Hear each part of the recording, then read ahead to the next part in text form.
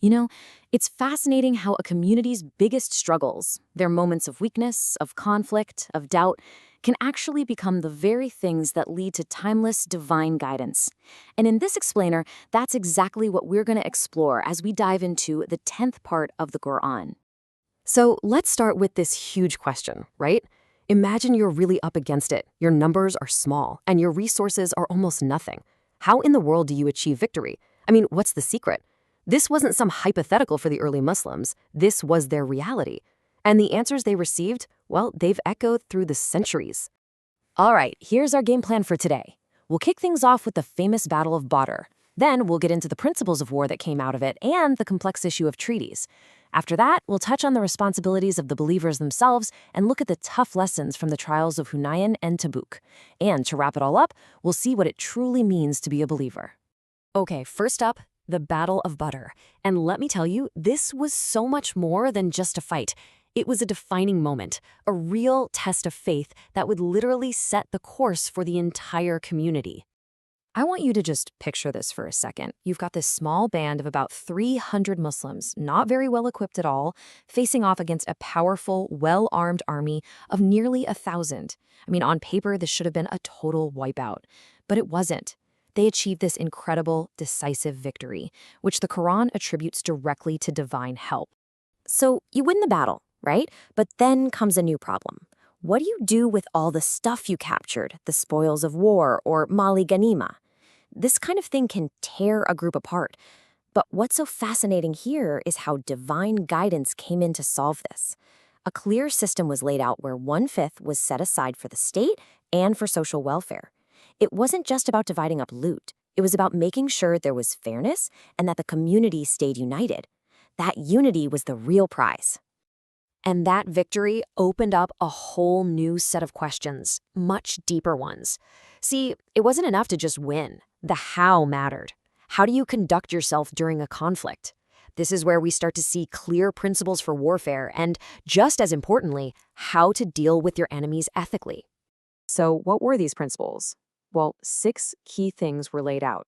First, stand firm when you face the enemy. Second, always keep God in your thoughts. Third, and this is huge, obey God and his messenger. Fourth, don't get into disputes with each other, because that just weakens you from the inside. Fifth, be patient and persevere. And finally, number 6, no arrogance, no showing off. It's basically a complete blueprint for staying disciplined and united. Okay, so the battle's over, but now what? For the very first time, the Muslims had prisoners of war. And this was a huge dilemma. What is the right, the just thing to do? And what happens next is a perfect example of how they made decisions, through consultation. You had 2 totally different opinions from the Prophet's closest companions. On one hand, you have Hazrat Abu Bakr, who said, let's accept a ransom. There are relatives, and the money will make us stronger. But then you have Hazrat Omar with a completely different take. No, execute them. These are the leaders of disbelief, our enemies. So you can see, this was a really complex moral and strategic debate. All right, so we've talked about the battlefield. Now let's shift gears to diplomacy, because those same principles of how to engage with others started to apply to treaties and alliances. And this raises a big question. What do you do when a treaty is broken? This led to a major announcement, a declaration of disavowal. But, and this is super important, it wasn't a free-for-all against everyone who wasn't Muslim. Not at all. It was targeted very specifically at those groups who had signed treaties and then broke them, over and over again. And check this out, it wasn't like they just attacked the next day. As you can see from this timeline, there was a process. A 4-month ultimatum was given. This was a grace period. It gave those groups a chance to rethink things, to repent, or to just leave in peace. The whole point was to be just, not aggressive. But what about the ones who didn't break their promises? This is where the principle of fairness really shines through. The Quran makes a crystal clear exception. It says that the declaration does not apply to anyone who honored their treaty. The command was simple and direct. Fulfill your agreement with them right up to the very end.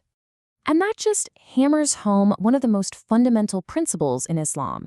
You honor your agreements, period.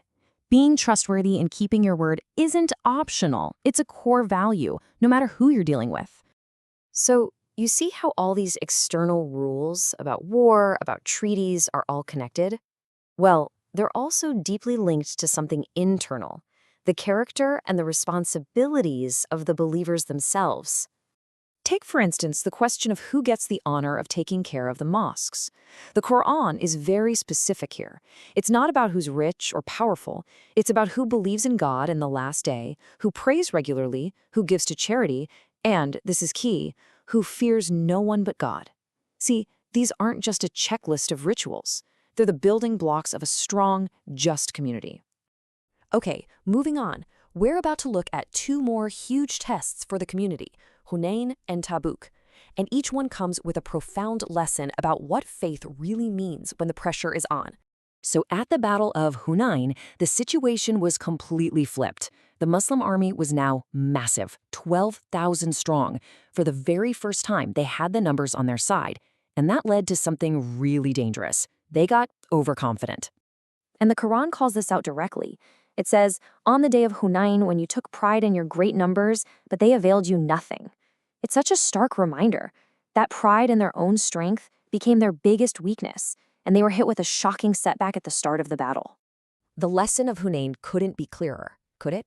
Real victory doesn't come from how many soldiers you have or how strong you think you are.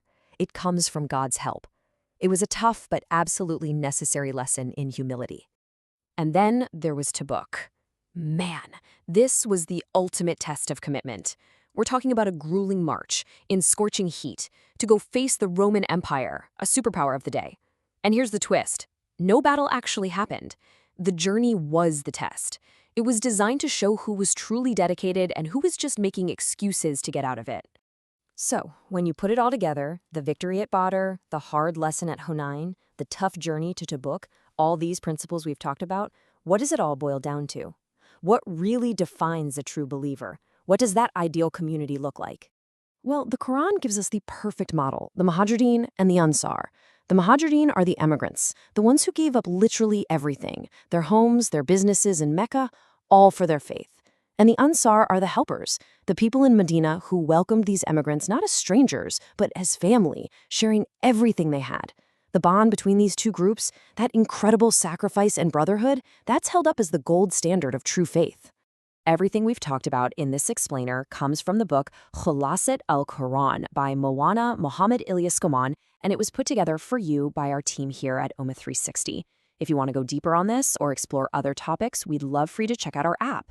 Just search for UMMA 360, that's UMMAH 360, or you can use the Urdu script that you see on the screen. It's available on both the Play Store and the App Store. Thanks so much for joining us.